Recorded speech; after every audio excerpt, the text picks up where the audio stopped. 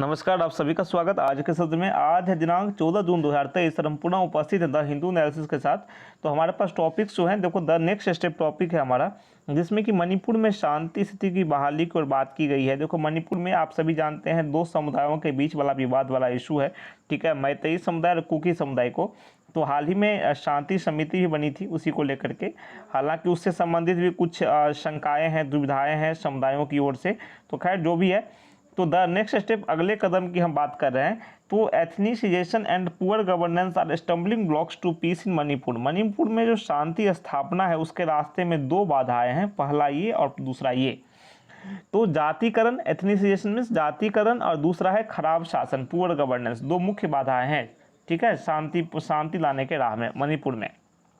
Stumbling block बोलते हैं सबसे बड़ी बाधा है ना, मुख्य बाधाएं। In the aftermath of a conflict, देखो कन्फ्लिक्ट जो हुआ दोनों समुदायों के बीच, संघर्ष जो हुआ, उसके बाद जो है नॉर्मल सी मतलब सामान्य स्थिति की ओर रिटर्न होना है ना। तो उसके लिए क्या होना चाहिए, एक नेसेसरी बेसिस होना चाहिए, ताकि जो अफेक्टेड पार्टीज हैं उनकी शिकायतों को के समाधान के लिए, है ना, जो कि कॉन्फ्लिक्ट में प्रभावित हुई हैं, ठीक है। तो संघर्ष के बाद प्रभावित पक्ष जो है उनके जो गिले शिकवे हैं, जो समस्याएं हैं, ठीक है, उसको दूर करने के लिए सामान्य स्थिति की बहाली जो है एक जरूरी आधार होना चाहिए। जब तक सामान्य स्थिति की बहाली नहीं होगी, नॉर्मल सिचुएशन नहीं बनेगा, तब तक कुछ भी डेवलपमेंट देखने को मुश्किल ही लगता है ना। तो सामान्य स्थिति की बहाली पहले, फिर दोनों समुदायों की जो भी समस्याएं हैं वो तो दूर होंगी ही। दूसरी बात, there can not be any redress when groups engage in wanton and target violence against each other, use blockades to prevent the transfer of supply. दूसरी बात कि देखो, तब तक कोई भी समाधान नहीं हो सकता, रिड्रेस नहीं हो सकता, जब तक समुदाय जो है ना आपस में भिड़े रहेंगे, एक दूसरे के खिलाफ क्या है, लक्षित हिंसा करते रहेंगे एक दूसरे के खिलाफ, और जो ट्रांसपोर्ट को रोकते रहेंगे, उसके लिए अड़ंगा लगाते रहेंगे। तो बिल्कुल इस प्रकार की गतिविधि में अगर समुदाय संलग्न रहेंगे तो मुश्किल ही लगता है कि तब तक कोई प्रगति हो, कोई समाधान हो, ठीक है। और दूसरी बात कि जो डिस्प्लेस्ड पीपल है, ठीक है, उसे अपने घर पर आने से रोकते रहेंगे। जो विस्थापित, मतलब डिस्प्लेस्ड मीन्स विस्थापित, जो विस्थापित लोग हैं उसे अपने घर पर वापस लाने में, अपने जगह पर वापस आने से रोकते रहेंगे। तब तक सामान्य स्थिति की बहाली जब तक नहीं होगी, तब तक किसी प्रकार के समाधान की जो गुंजाइश है वो कम ही नज़र आती है। रिटर्न टू नॉर्मलसी, नॉर्मलसी के वापसी की बात करें, है ना, नॉर्मलसी मतलब सामान्य स्थिति की बहाली तक की बात करें, तो before grievances are heard to prevent another conflict from emerging, ठीक है। तो यहाँ पर आप समझो, तो यहाँ बात की जा रही है कि अगर मान लो कोई दूसरा कन्फ्लिक्ट उभरे, मतलब दूसरे एक तरह से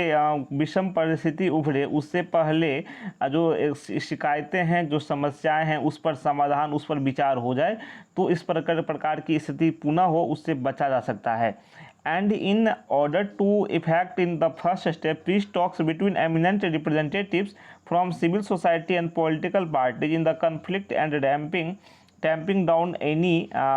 embers of violence that might continue following the conflagration are a must। तो क्या आवश्यक है यहाँ पर, तो सबसे बड़ी बात यहाँ पर ये है कि पहला कदम जो उठाना है, फर्स्ट स्टेप जो उठाना है, इसमें सिविल सोसाइटी और राजनीतिक दलों के बीच जो प्रतिनिधि हैं राजनीतिक दलों के, उनके बीच शांति वार्ता जरूरी है, ठीक है, ताकि फिर एक समुचित हल निकल सके। इसके बाद जो है संघर्ष के बाद भी जारी रह सकने वाली हिंसा पर काबू पाना होगा, ठीक है, अगर हिंसा जारी रहती है तो, अगर देखा जाए, ठीक है। देखो जैसे कि and the appeal for peace by union home minister Amit Shah after visit to tribal and the Imphal valley. देखो पता आपको कि जनजाति और इम्फाल वैली में, घाटी में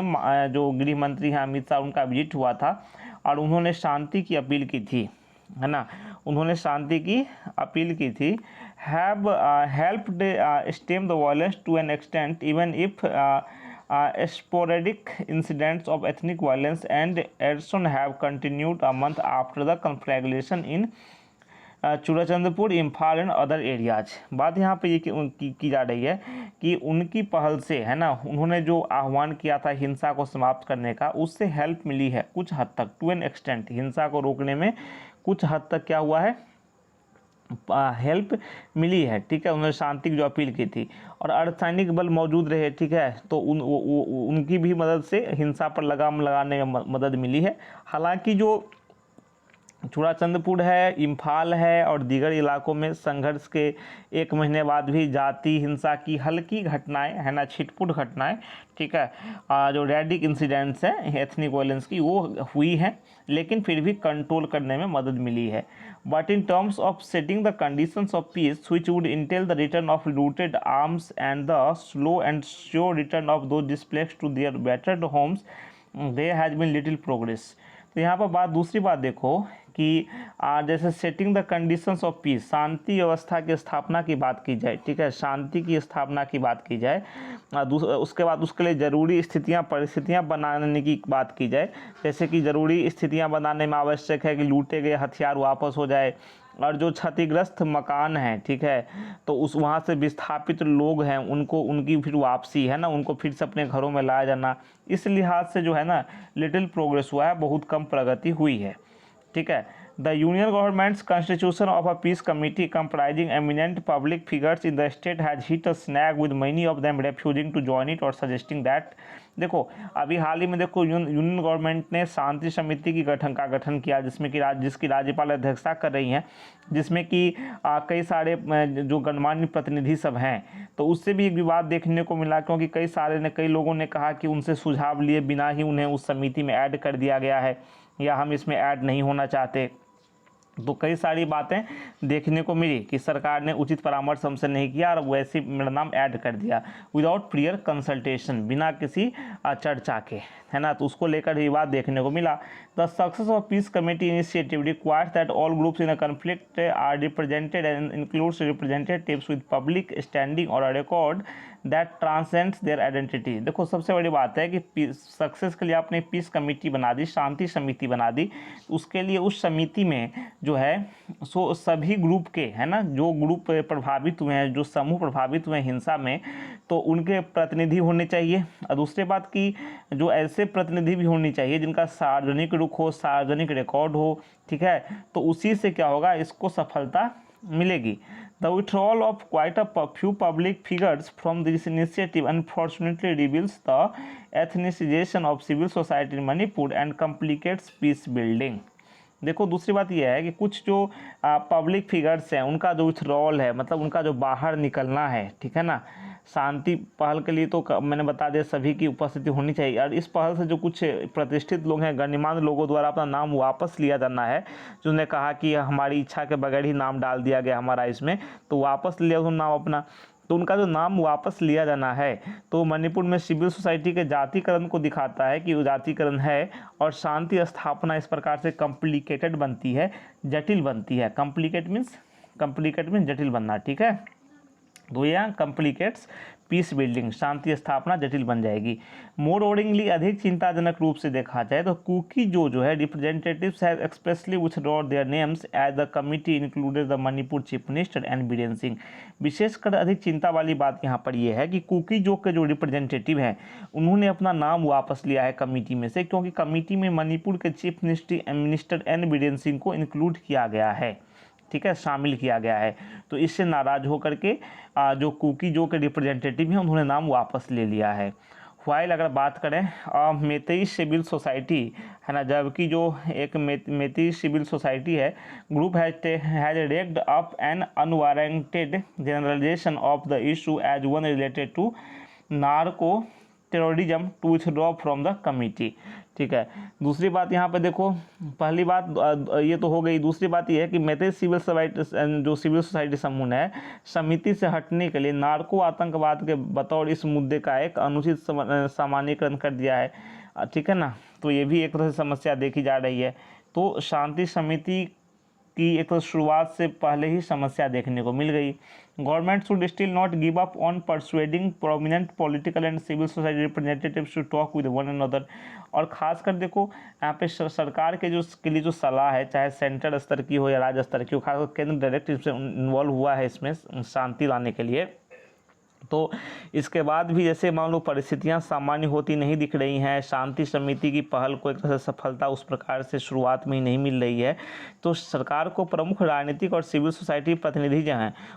उनको एक दूसरे से बातचीत के लिए, चर्चा के लिए मनाना नहीं छोड़ना चाहिए, प्रयास करनी चाहिए, ठीक है। और इस मुद्दे पर बात की जाए, the fact that it requires the aegis of the union government to push the envelope on any further step on this issue also reveals the failure of the Biren Singh administration in retaining the confidence of all parties। तो जहाँ तक बात यहाँ पर ये है, इस मुद्दे पर आगे बढ़ें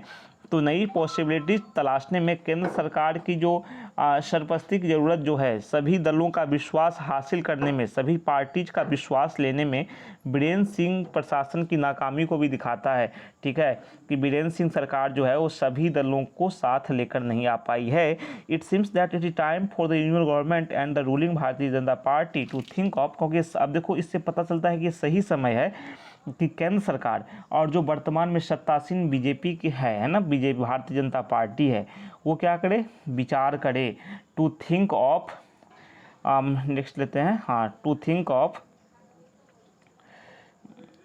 हाँ, एन अल्टरनेटिव लीडरशिप, वो एक अल्टरनेटिव लीडरशिप की तैयारी करे, खोज करे, मतलब वैकल्पिक नेतृत्व की तलाश करे, that could ease the process of peace building, जो कि आप पीस बिल्डिंग, जो शांति स्थापना की प्रक्रिया को आसान सहज बना सके, as Singh mister Singh's actions both in the run up to the violence and in its aftermath have either been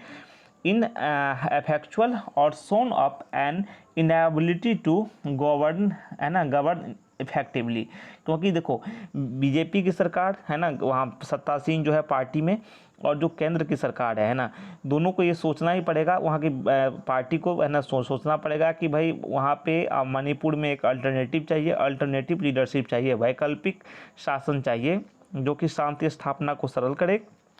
क्योंकि वहाँ के जो मुख्यमंत्री हैं मिस्टर बीरेन सिंह, तो बीरेन सिंह की जो कार्रवाइयाँ हैं हिंसा के पहले भी, वायलेंस के पहले भी और उसके बाद भी, या तो अप्रभावी रही हैं, इनफेक्टिव रही हैं, ठीक है, या एक तरह से ऐसा देखा गया है कि शासन करने में, गवर्न करने में वो एक तरह से इनेबिलिटी उनकी देखी गई है ना, सही तरीके से, प्रभावी तरीके से शासन करने में उनकी अक्षमता देखी गई है, वो सही से शासन नहीं कर पाए हैं।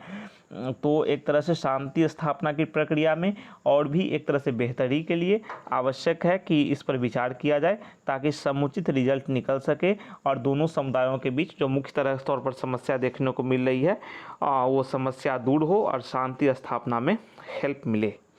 तो आशा है कि आपको इस समझ में आया होगा।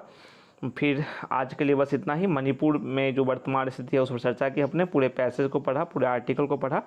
अब नेक्स्ट टॉपिक में है ना बात करते हैं नए मुद्दों की, नई जानकारियों की।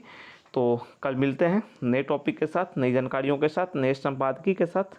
तब तक के लिए नमस्कार, थैंक यू।